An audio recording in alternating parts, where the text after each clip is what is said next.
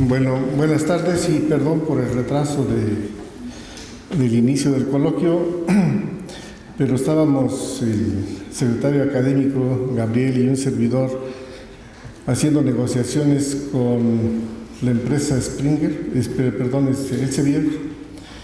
y ahorita les doy los resultados de esto que no son buenos.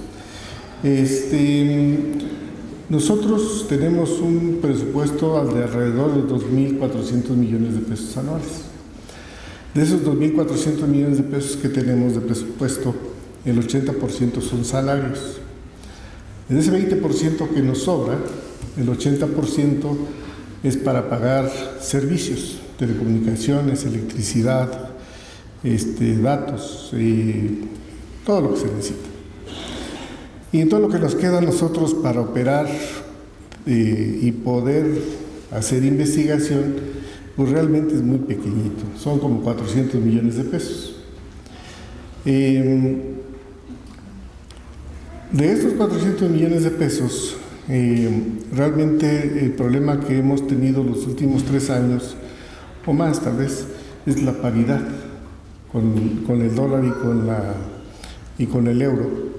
Y esto ocasiona que cada vez tengamos menos dinero para poder operar los reactivos, los mantenimientos y también las revistas electrónicas se pagan en dólares.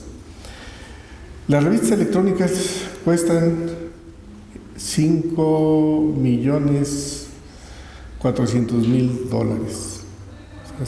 $5.400.000, que al cambio de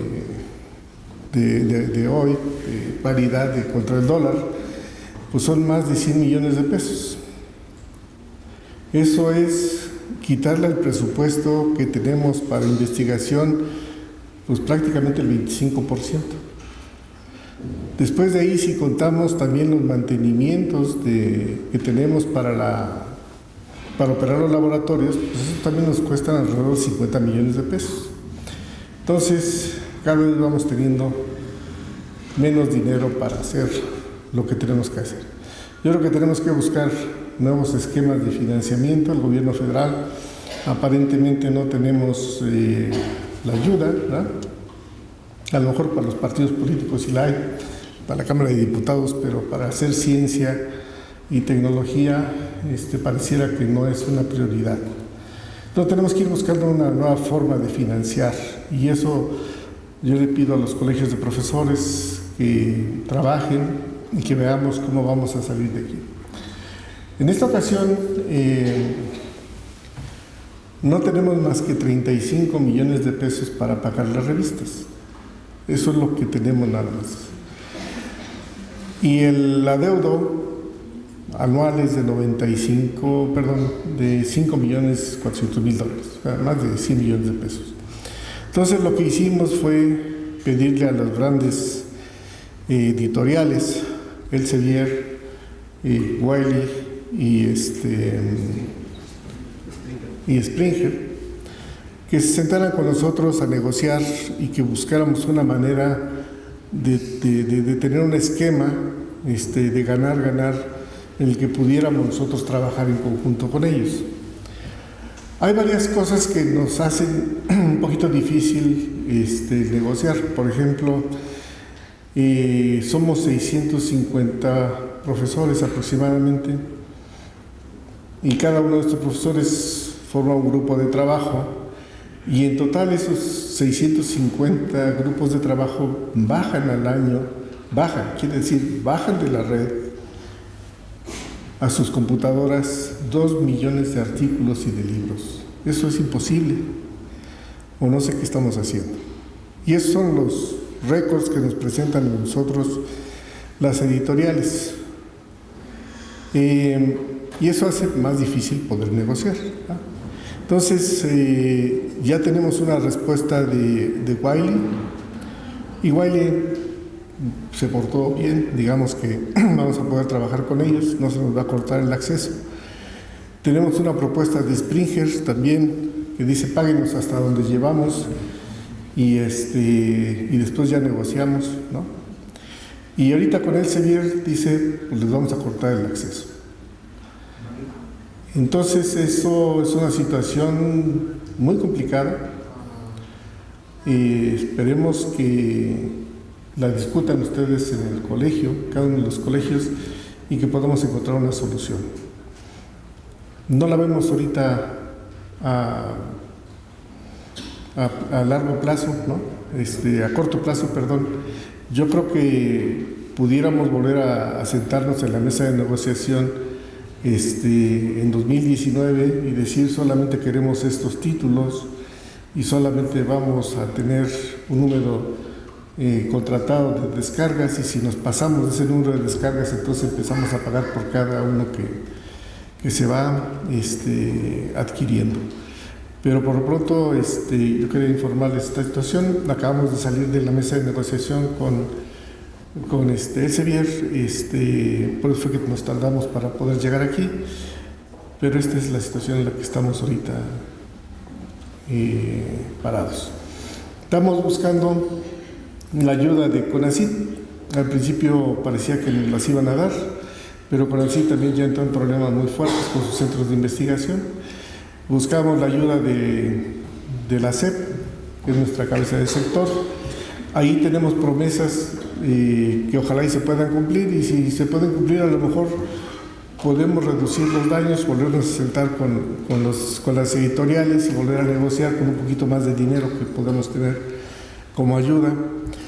Pero hay que ver cómo vamos a resolver este problema. Una de las maneras de resolverlo es a través del CONRECYT. O sea, todo aquel que tiene o que es parte del Sistema Nacional de Investigadores, del SNI, puede tener acceso a las revistas a través del CONRECYT. Entonces, para esto lo que hay que hacer es inscribirse, y le mandan a uno una clave, y en principio era en 2 días, pero ahorita es en 14, nos abren el acceso a las revistas. Entonces yo creo que esa es otra de las oportunidades, otro de los caminos que vamos a utilizar, mientras que podemos resolver el problema aquí localmente, ¿no? Siento mucho decirles estas noticias, pero más bien quiero compartir mi preocupación con ustedes, ¿no? De que ustedes también nos ayuden a resolverla a través de los colegios de profesores. Okay. Muchas gracias.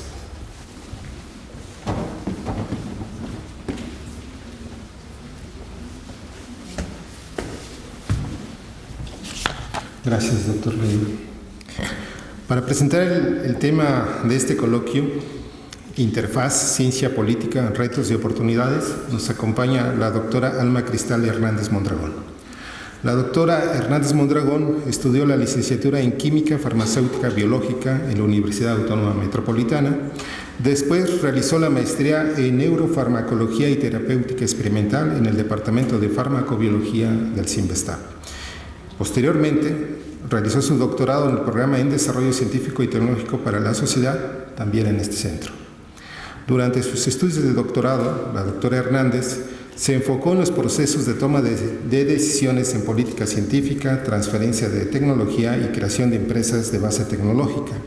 A la par, propuso modificaciones en el marco normativo federal para incentivar la creación de empresas de base tecnológica desde las instituciones públicas de investigación en nuestro país.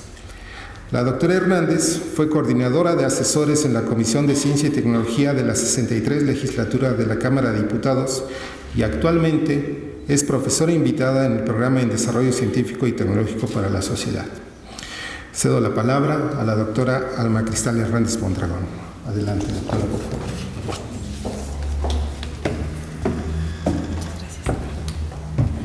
Buenas tardes a todos, muchas gracias por la invitación, gracias por su presencia también.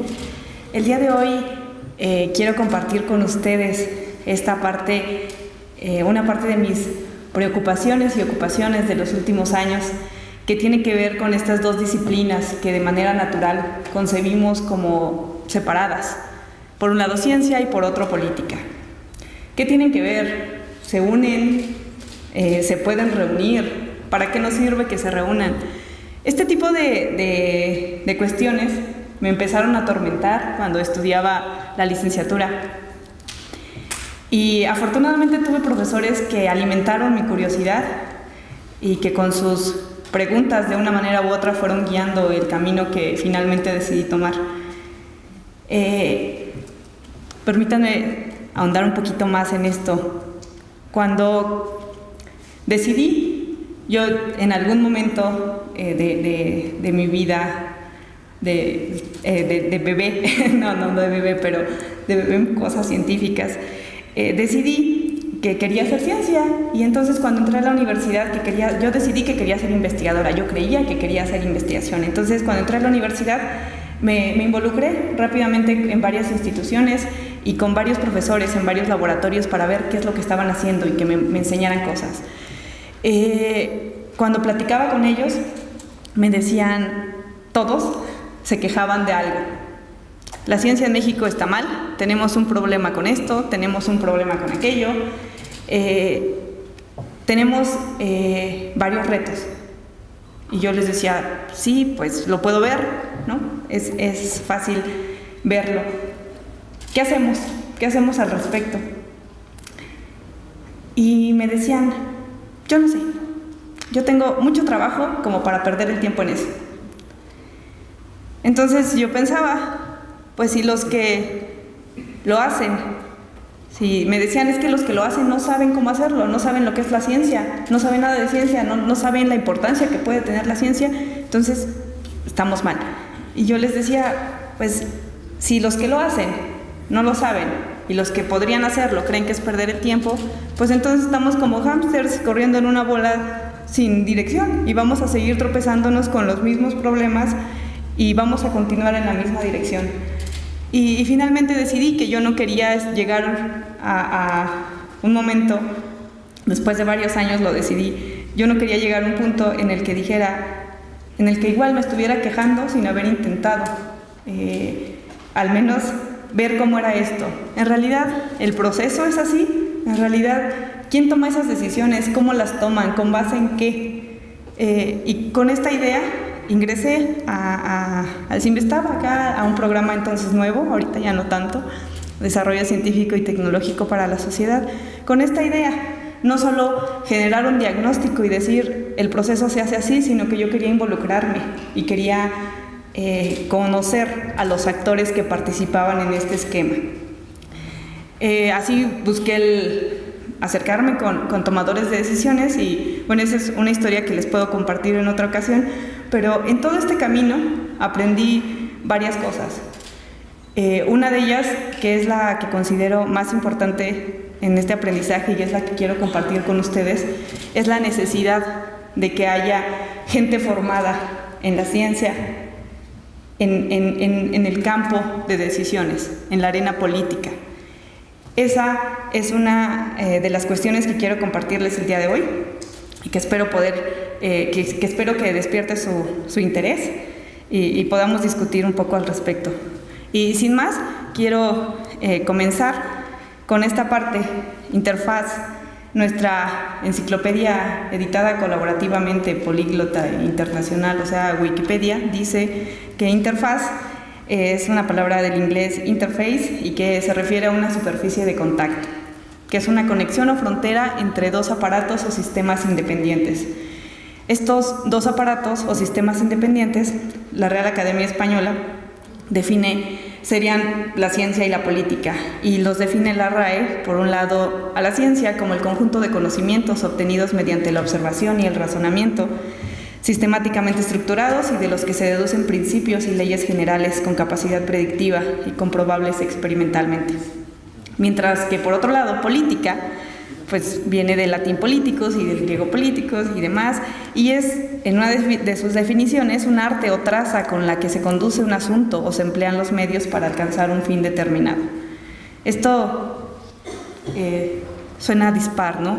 ¿Qué hay ahí? Tenemos, por un lado, a la ciencia, tenemos por otro a la política, tenemos a los actores de un lado, tenemos a los científicos en un lado, tenemos a los políticos en otro. ¿Y qué pasa en ese espacio? ¿Qué pasa en esa superficie de contacto?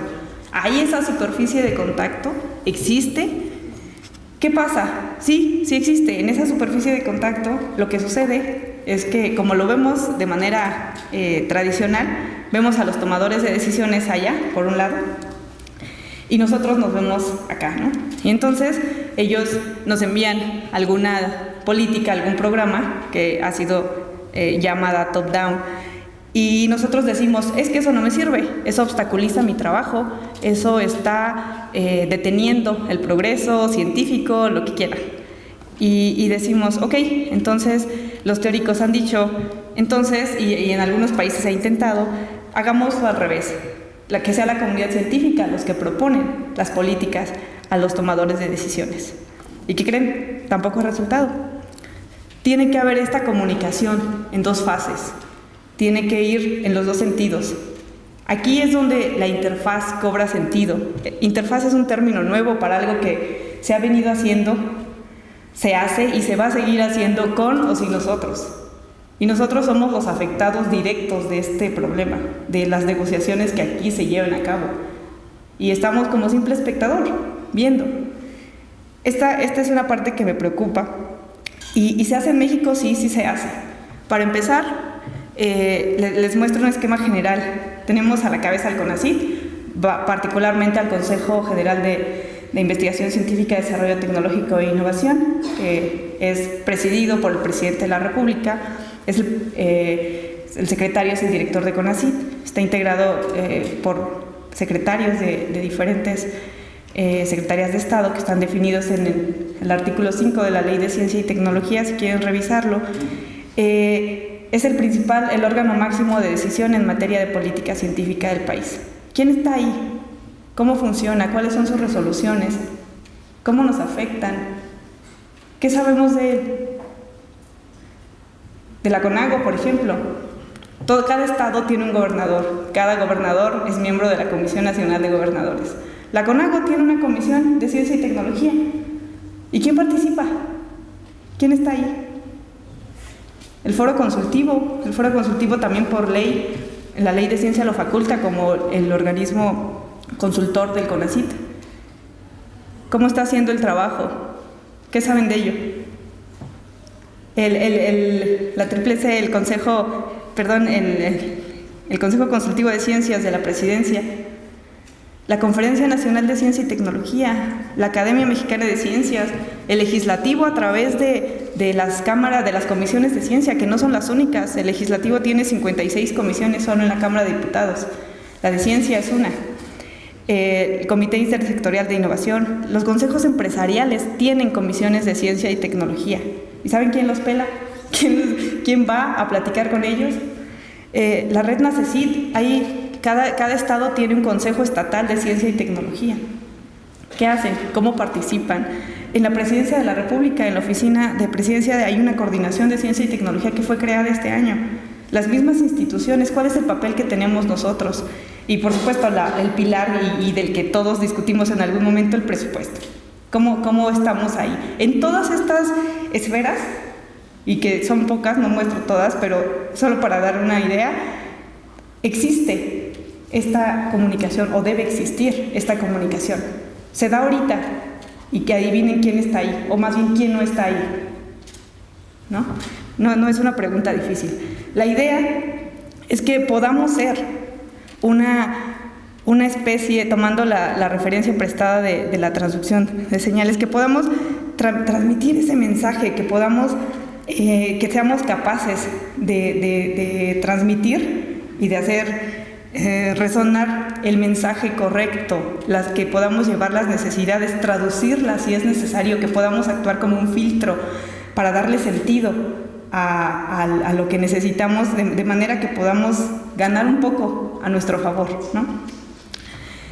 La interfaz ciencia-política, bien en sí, se define o ha sido definida como las diversas formas a las que los científicos, los responsables de la formulación de políticas y otros se vinculan para comunicarse, intercambiar ideas y desarrollar conjuntamente el conocimiento, enriquecer políticas y procesos de toma de decisión y investigación. Implican el intercambio de información y conocimientos que conducen al aprendizaje y, en última instancia, a un cambio de comportamiento. Hacer algo distinto como resultado del aprendizaje, que a su vez representa el impacto práctico. Esa es la idea general. Entiendo que hay una aversión de muchos científicos por juntarse con políticos porque decimos, no, es que solo me van a usar para validar las decisiones que toman. O, hey, mira, ya me tomé la foto, eso significa que fulanito valida el plan que realicé para esto, ¿no? Y entonces prefiero no acercarme, prefiero mantenerme lejos, y eso no es exclusivo de México, eso sucede en muchos lados, sobre todo en países latinoamericanos, lo he escuchado mucho. ¿Y saben por qué pasa eso? Una de las razones, y sí puede pasar, y sí pasa, ¿no? Como decimos en México, nos chamaquean, no sabemos a qué vamos. Tenemos ya el cassette en la cabeza de que hay una ignorancia científica en los políticos que no saben de ciencia. Pero ¿saben qué? Nosotros tampoco sabemos de política. Y eso también es complicado porque no hay nada peor que un científico con doctorado, que un político con doctorado, porque se juntan los egos y ¿no? Es increíble la cantidad de complicaciones que pueden surgir de esto. Pero hay que, si nos abrimos un poco a intentar aprender todo sobre estos procesos, los resultados podrían ser buenísimos para nosotros. Y en esta interfaz, ¿por qué? ¿Qué puede pasar? ¿No? Solamente un ejemplo. ¿Por qué mis anticuerpos tardan tanto en llegar? Para empezar, ¿por qué no se hacen en México? ¿No? Bueno, los importan.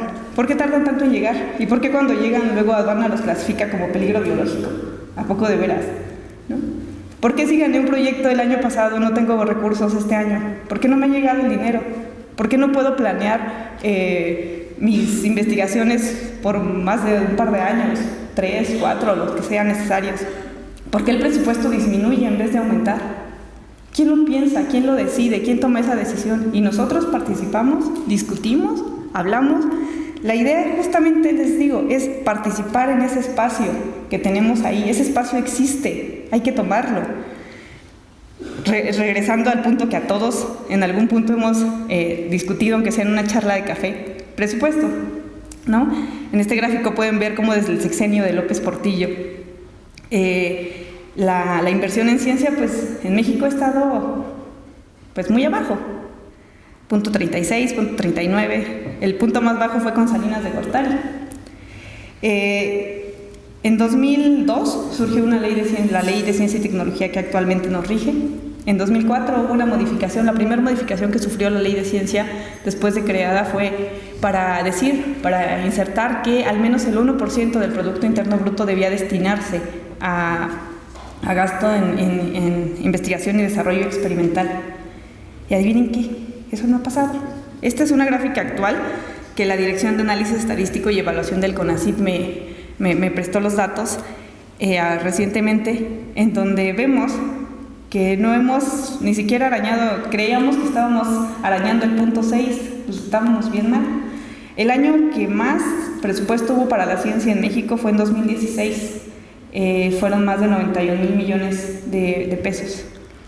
En 2017 hubo un recorte significativo. Este año hay una cantidad similar a la de 2016, casi 92,000 millones de pesos.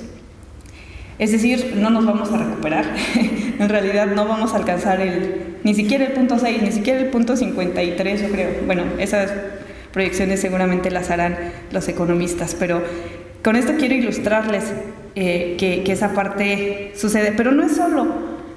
¿Qué sucede? Vemos que está mal, vemos todo esto, pero ¿ustedes creen que es así de fácil? ¿Que es así de fácil como repartir el presupuesto? Digo, ya ahorita escuchando, por ejemplo, al doctor Leiva, ustedes, a lo mejor muchos de ustedes no tenían idea de que así se distribuían las cosas en el CINVESTAB, que el presupuesto para investigación se tenía que dividir de esa manera, ¿no? Lo mismo sucede con el ciclo presupuestario. Se parece mucho a algo que nos enseñan desde que nos metemos un poco en esta parte de ciencia y al método científico en sus distintas variantes, ¿no? Se planea, se programa, se presupuesta, hay un ejercicio y control, se da seguimiento, evaluación, rendición de cuentas y vuelve a comenzar el ciclo. Es un proceso muy complejo, muy completo, que podemos discutir si quieren. No es la idea ahorita solo es mostrar que existe todo un proceso detrás de que debe ser, que puede ser estudiado, que puede ser analizado, en el que podemos incidir y que no lo estamos haciendo. Nos estamos quejando de que no hay dinero, pero tampoco estamos participando para ver cómo le hacemos, de dónde sacamos más. Algo más cercano a nosotros quizá, becarios y egresados. En la primera gráfica, en la primera imagen ven, es la evolución de las becas de CONACYT a lo largo desde el 2004 más o menos. Hasta esta gráfica solo está hasta 2017, pero con datos actualizados hasta el primer trimestre de 2018, México a través del CONACYT mantiene 72,000 becarios, tanto en México como en el extranjero. 72,000 becarios. Y vean, la gráfica de abajo es el número de cátedras CONACYT que CONACYT ha aprobado en los últimos años y que el año pasado fue poco más de 200.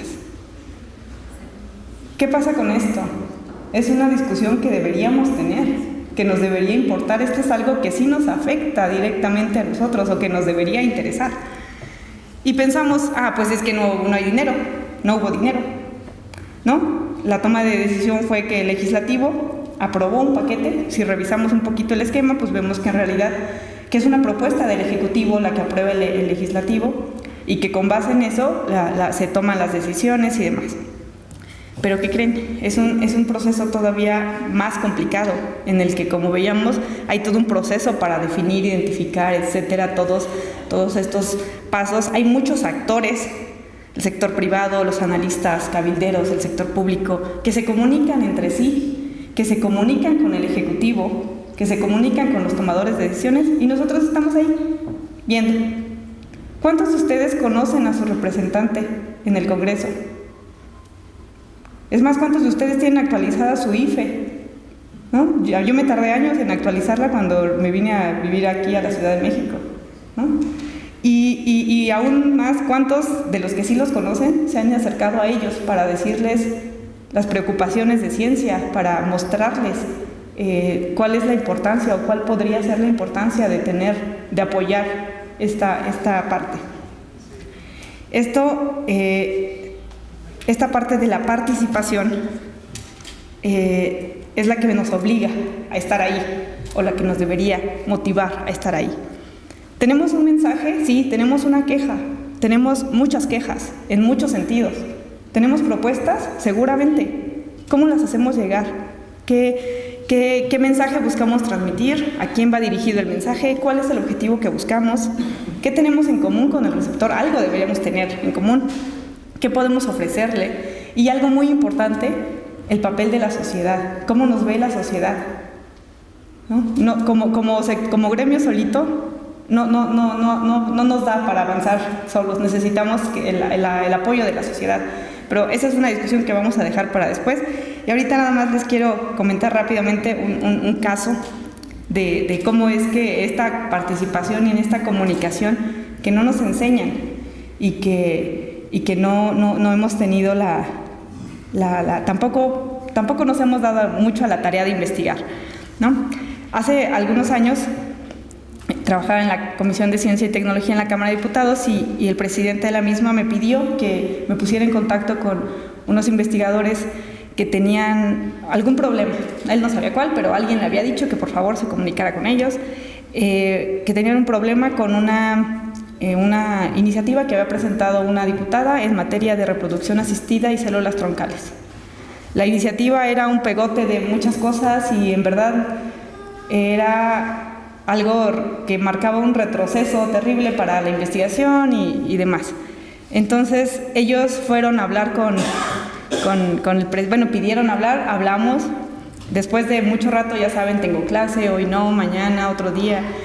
Logramos concertar una fecha, hablamos, entonces ahí está, averiguamos cuál era la iniciativa y el presidente de esa iniciativa fue turnada a la Comisión de Salud. El presidente de la Comisión de Salud, cuando hablamos con él, dijo, esa iniciativa ya la discutimos, la votamos por unanimidad en positivo y ya la mandamos a la mesa directiva para que sea votada en el pleno. Ok. Y entonces con esa información llegamos a la mesa a discutir con los investigadores de distintas instituciones. Y el presidente de la mesa, de la comisión les dijo eso. Les dijo, oigan, que esa iniciativa ya fue votada y demás. Pero ¿cómo? Si nosotros tenemos como 3 meses o desde que se presentó llamando la atención y viendo. Sí. ¿Qué hicieron? Ellos tenían un mensaje. Tenían un receptor, los diputados, de la Comisión de Salud específicamente, y esperaban como respuesta que esa iniciativa fuera desechada. ¿Cuál fue el canal que usaron? ¿Cuál creen que fue el canal que usaron para hacer llegar su queja, su comunicado, su mensaje? Pues es lo que sabemos hacer. Mandaron publicar una editorial en Nature. Pero sucedió que ese día, pues los diputados de la Comisión de Salud no leyeron Nature en la mañana y no supieron que estaba mal aprobar lo que iban a aprobar. Y por eso lo aprobaron por unanimidad. Entonces, pues no era el canal adecuado. Cuando llegamos, ya estaba todo un proceso que es difícil de tener. Y bueno, pero esa es solo una historia para ilustrar cómo podemos hacer uso de canales eficientes, pero debemos conocerlos. Este proceso, todo este merequetengue en el que está involucrado, y aquí solo les muestro algunos, hay muchos otros procesos. Por ejemplo, ahorita que hablaba de esta parte de la publicación, ¿se han detenido a pensar alguna vez que pagamos 3 veces por publicar? La primera, cuando CONACYT nos da, bueno, en este caso, quien sea, nos da los fondos públicos. Esa es la primera que estamos pagando. La segunda, cuando hacemos nuestro manuscrito y lo mandamos a una revista, pagamos para que nos publiquen. Y la tercera, cuando lo queremos descargar. Son 3 veces. ¿Nadie se ha puesto a pensar que esto es un problema? Que no debería suceder, o que hay revistas de libre acceso, o que hay cosas, eso deberíamos pensarlo, y ese es un problema que, como ustedes pudieron escuchar, representa un grave problema no solo para el CINVESTAB. Imagínense si representa un problema para el CINVESTAB, ¿cómo van a estar algunas instituciones estatales? Es un problema grave que se debería estar abordando de una manera objetiva y permanente. Pero es una opinión, ¿no? Todo este proceso nadie nos lo enseña. Hay que aprenderlo, hay que salir, hay que buscarlo.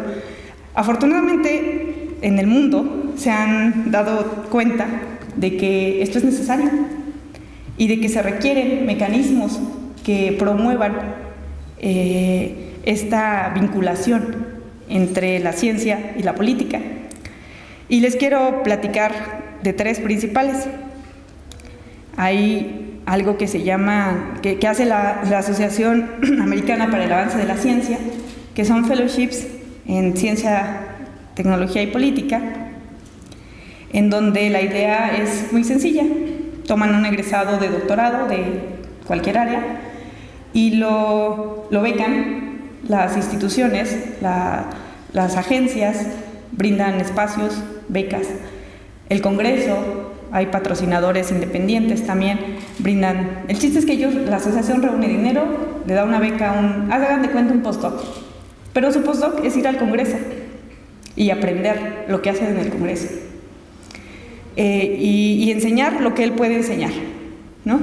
Si tú dices, bueno, quizá en el Congreso imaginen un nanotecnólogo que llega y conoce ahí a un médico, a alguien de ciencias médicas que está, y dicen, oye, yo leí hace poco que en algún lado están experimentando con nanomedicamentos y demás. Y en nuestra legislación no hay nada que te digan algo así. Deberíamos hacer algo, pero ya saben cómo hacerlo, podemos ir previendo. La ciencia va adelantadísima, ¿no?, a cualquier regulación que podamos tener, pero quiero decir, ya existen mecanismos, ya se van conociendo, ya saben cómo funciona, y una vez que terminan ese fellowship, que dura 1 o 2 años dependiendo, ya no buscan regresar a la academia, buscan un lugar como funcionarios, como servidores públicos en las agencias, en Departamento de Energía, Institutos Nacionales de Salud, etcétera, National Science Foundation. Y adivinen qué, les ha funcionado muy bien. Van poniendo pedacitos para hacer funcionar el engrane. Y esto lo llevan haciendo desde los años 70. No es casualidad que la década pasada Estados Unidos, de acuerdo a los estudios, consideraban que más de la mitad de su crecimiento económico lo debían al desarrollo científico del país, que se generaba en el país. Y todo esto nos ayuda a que un día que lleguemos al Ministerio de Ciencia, a la Secretaría de Salud, a lo que quieran, hay alguien que te va a entender, hay alguien que va a saber de qué hablas, va a entender la importancia de hacerlo y lo que es más, le va a dar seguimiento, va a estar ahí de manera permanente, porque hacer todo esto requiere tiempo, requiere esfuerzo, requiere muchas cosas que no puedes hacer si estás preocupado por terminar tu ecuación o porque ya te salió, ya se te manchó otra vez el western, lo que sea. No puedes partirte. Necesitamos hacerlo de manera... Si lo vamos a hacer, hay que hacerlo bien. Y entonces, esto nos va a representar también una exigencia adicional. Pero bueno, ese es el mecanismo más completo que existe. Los fellowships los han retomado recientemente algunos países asiáticos, los han implementado. Israel también lo ha hecho. En América Latina, Argentina manifestó su deseo de hacerlo. No ha avanzado mucho, pero al menos manifestó su interés. Por otro lado, tenemos también los internships. Estos son un paso más abajo. Son para estudiantes de doctorado. Estos son usados particularmente en oficinas de asesoramiento científico en el mundo. El caso más conocido quizá es el de la Oficina de Ciencia y Tecnología de Reino Unido, en la Cámara de los Lores. Ellos toman a un físico, a un químico, a un biólogo y por 3 meses lo llevan y le piden que redacte un documento de 3-4 cuartillas que lo enseñan a redactar de manera comprensible para su receptor, para el legislador, de manera interesante, de manera que pueda captar su atención y bueno, que pueda servir de algo, que realmente pueda tomar una decisión basada en la evidencia que le están dando. Sin embargo, se quedan ahí en generar estos documentos, es lo que pueden hacer en este internado. Ya después, si les interesa y demás, pues ya tienen otros esquemas, ¿no? Y finalmente el esquema de pares que ya es para científicos consolidados. Yo les decía, es como su cita ideal. Imagínense una tarde en la abadía de Westminster, ahí, sí, no sé, dependiendo de qué sean, a lo mejor se sientan cerca de la tumba de Newton o de Darwin o de Hawking y entonces van y discuten con el presidente del comité de presupuesto el presupuesto de ciencia para sus investigaciones. Es un esquema que dura un par de semanas. La primera semana lo siguen, los investigadores siguen a los congresistas, al director de los ministerios de ciencia y demás, y la segunda semana se sientan a dialogar, se sientan a platicar, a encontrar. Es muy fácil criticar lo que no conocemos, pero en ambos sentidos, no crean que lo digo solo en uno, pero estos dos son lo que ha podido suceder. El año pasado, hace un par de años, veía esto. En el 73, que fue la primera vez que se hizo en Estados Unidos, hubo 7 personas que se animaron a como algunos dirían, a rebajarse, a ir al Congreso, a mezclarse con esa gente y a ver si era cierto que ellos les podían enseñar algo. En 2016 eran 261, ¿no? Tenían 28 sociedades que los patrocinaban y 19 agencias ejecutivas abrieron espacios para estas personas. Hay becarios, hay fellows en National Science Foundation, en el DOE, en todos lados hay becarios. Recientemente también ya hay en el Poder Judicial. Eso realmente es reciente. Pero todo empezó en el Congreso. Y esto empezó a abrir un poco el esquema, a ver que había más cosas, que no solo era la punta del iceberg, que en realidad es todo que hay muchas cosas abajo, cosas que podemos entender, cosas que podemos estudiar, con las que podemos hasta experimentar, que podemos cambiar si queremos, si trabajamos en ello. Esta es la idea pero esto no lo vamos a hacer desde el laboratorio. Y una de las cosas que quiero, bueno, la imagen no se presta mucho, pero un científico no es solo aquel que esté en el laboratorio, no es solo aquel que está enfrente de un pizarrón desarrollando una teoría. Un científico puede ser un comunicador, puede ser un desarrollador, puede ser un explorador, un emprendedor, un investigador, alguien que preste servicios profesionales, no sé, en la Bolsa de Valores de Nueva York, por ejemplo, un tomador de decisiones, quizá un regulador también, un profesor, un diplomata. Hay diplomáticos científicos ahora. Es más, hasta pueden ir a escribir guiones para películas de ciencia ficción en Hollywood. Esa también es una carrera científica alternativa. Esta es una de las cuestiones que yo quisiera que ustedes pensaran, discutieran, que tomaran quizá un poco como opción, si fuera posible, para saber que esto es una necesidad, y que muchos de nosotros quizá podamos ser más útiles a la ciencia y al desarrollo científico del país fuera del laboratorio que dentro de él. Pero para eso necesitamos aprender cómo hacerlo, para hacerlo bien. Entonces, la propuesta, y también por eso agradezco al CIMBESTAB que me dejó estar acá unos meses, la idea es desarrollar una serie de cursos. He estado en contacto con algunos coordinadores de varios departamentos para... Ya hay un curso intitulado Interfaz Ciencia Política, justamente para hablar de esto, que hasta ahorita solo hemos podido tener en el programa transdisciplinario, pero que me encantaría que pudiéramos tener en varios programas, si fuera de su interés. Y también estamos queriendo desarrollar un taller intensivo titulado una cosa así como Principios de Asesoramiento Científico al Gobierno, para mostrar esta parte. Es difícil, todavía no tenemos fecha porque es difícil coordinar la agenda de muchas personas, ¿no? Para mostrar qué es lo que puede hacer. Quiero que escuchen a los tomadores de decisiones y que ellos nos digan qué es lo que necesitan y cómo nosotros podemos ayudarlo, o es más, cómo nosotros podemos ser uno de ellos. Les digo siempre que si esto fuera una carrera, el conejito sería la tecnología y la tortuga sería la política, y siempre vamos a ir adelante. La tecnología siempre va adelante, ¿no? Hay quienes quieren hacer y tienen propuestas muy valiosas para desarrollar, por ejemplo, con compuestos derivados de marihuana, y adivinen qué, no los podemos exportar, porque si nos los exportamos solo nos venden 1 kilo, y hay quien va a querer tener 1 kilo en su laboratorio de THC, y bueno, ¿quién se expone a eso? ¿Y quién los deja? ¿Las autoridades lo van a dejar? ¿Y quién hace eso? El papel del regulador ahí.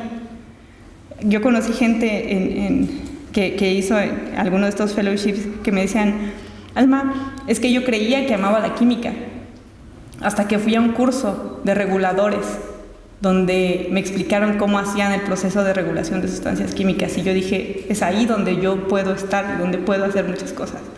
Y es porque sabe lo que representa y lo que puede hacer. Entonces, esta es la idea general, esta es la idea que yo quería compartir con ustedes, y pues si tienen algún comentario, lo que sea, se los voy a agradecer.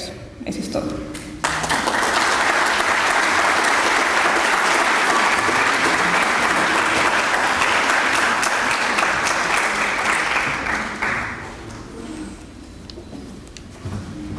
¿Preguntas? ¿Comentarios? Sí. Ahí en la gráfica que pusiste del presupuesto anual, Ajá. esa, si la pusiéramos en dinero constante, iría hacia abajo, ¿no? Sí.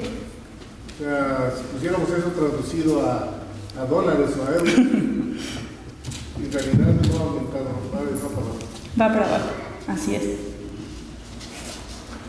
¿Alguna otra pregunta?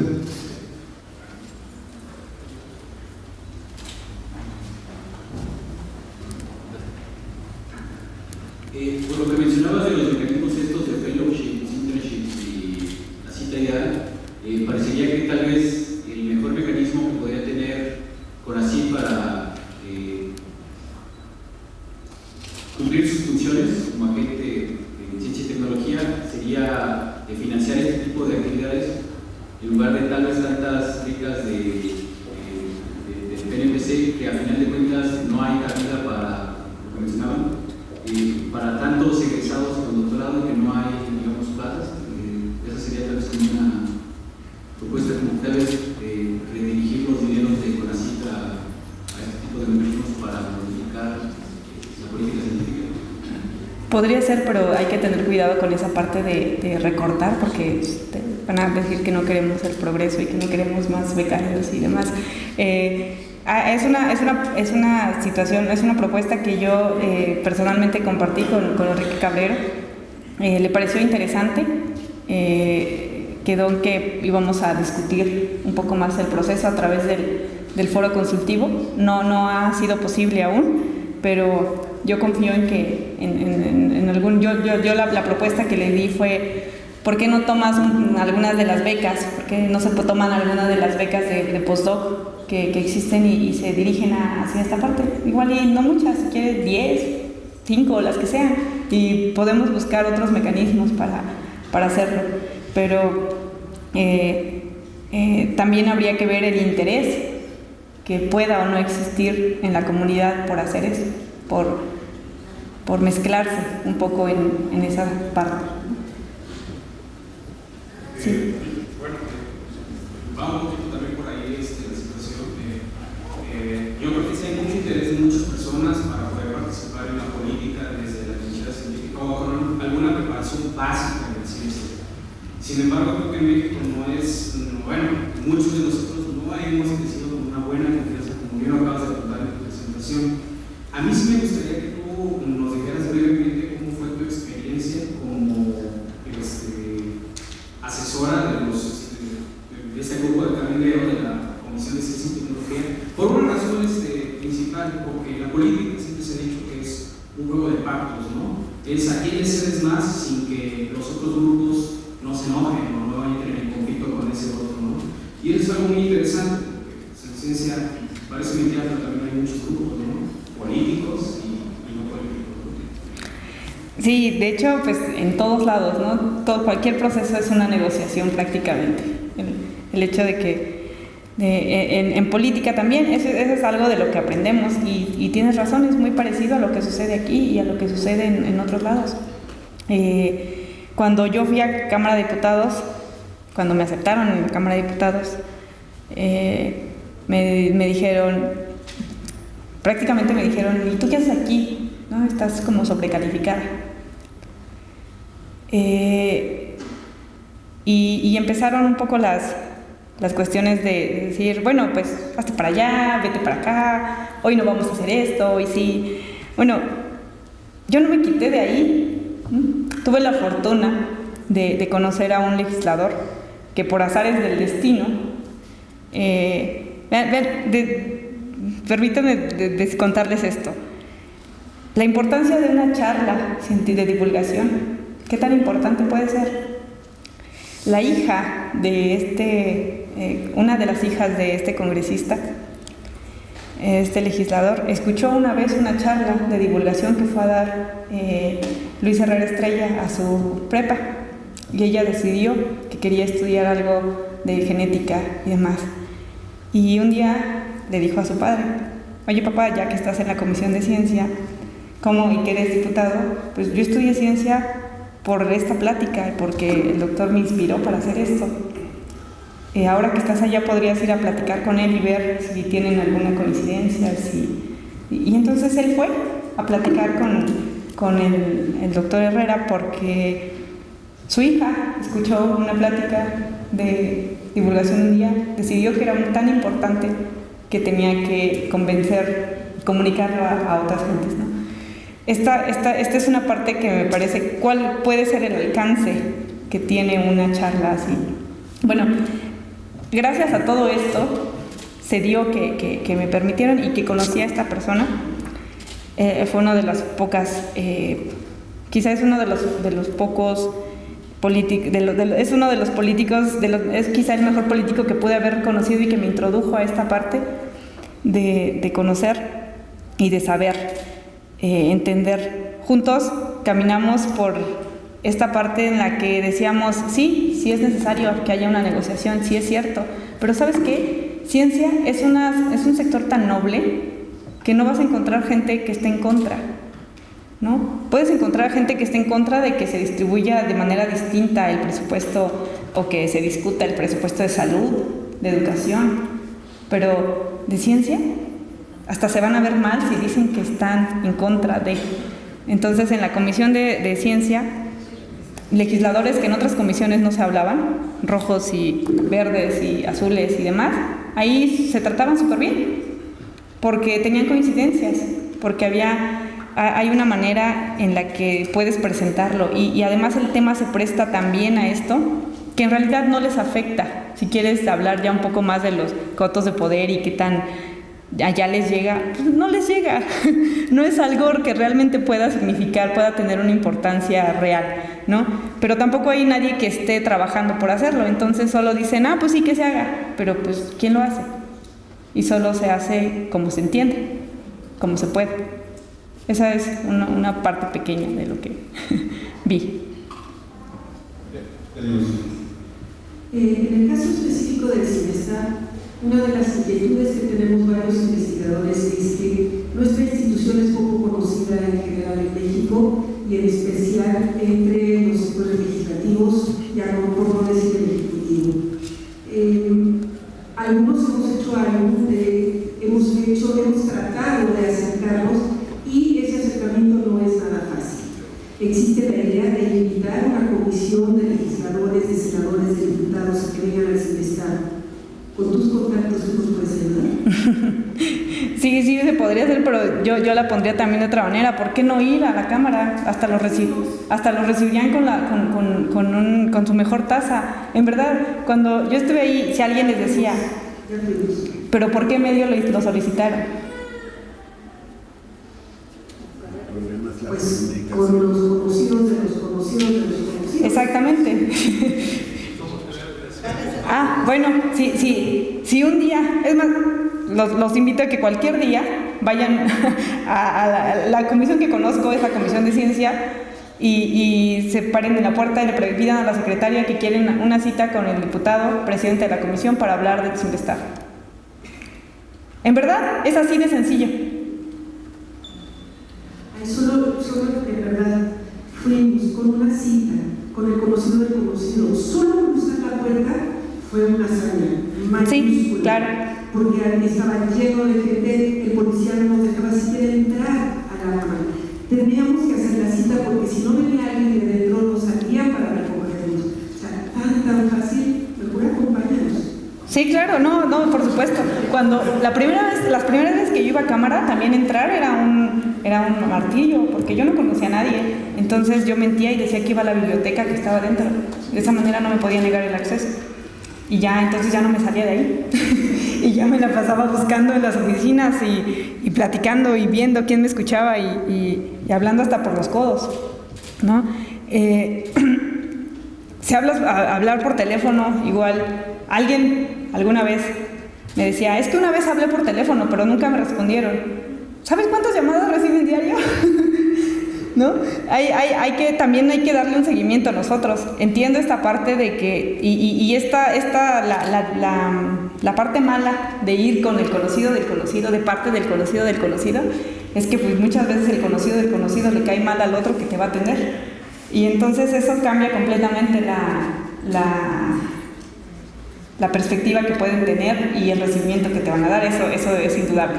Pero la manera formal, si quieren hacerlo, es solicitándolo por escrito, una carta solicitando por escrito. Papelito habla, siempre todo el mundo dice eso, y sí es cierto, papelito habla. Si tienen que dar una respuesta a fuerzas, están obligados a darte una respuesta y no más de 15 días hábiles. Y si no te la dan, llama. Y adivinen que cuando yo estaba allá en la comisión y mandábamos también solicitudes hacia acá para pedir opiniones hacia todas las instituciones y no contestaban en 15 días, hay veces que ni contestaban. O sea, no es en una sola vía la desatención. Eso también es importante mencionar. Hace unos años tuvimos un coloquio del Departamento de Física de un egresado de maestría nuestro que había llegado a un puesto político en un estado y oyéndolo hablar, ya hablar a un político que había olvidado toda su formación. En tu caso es totalmente opuesto, o sea, si mantienes obviamente una gran formación científica que aprecias, que valoras y además pues, con la formación del DCTS, tu experiencia política posterior y todo, pues has desarrollado la otra parte.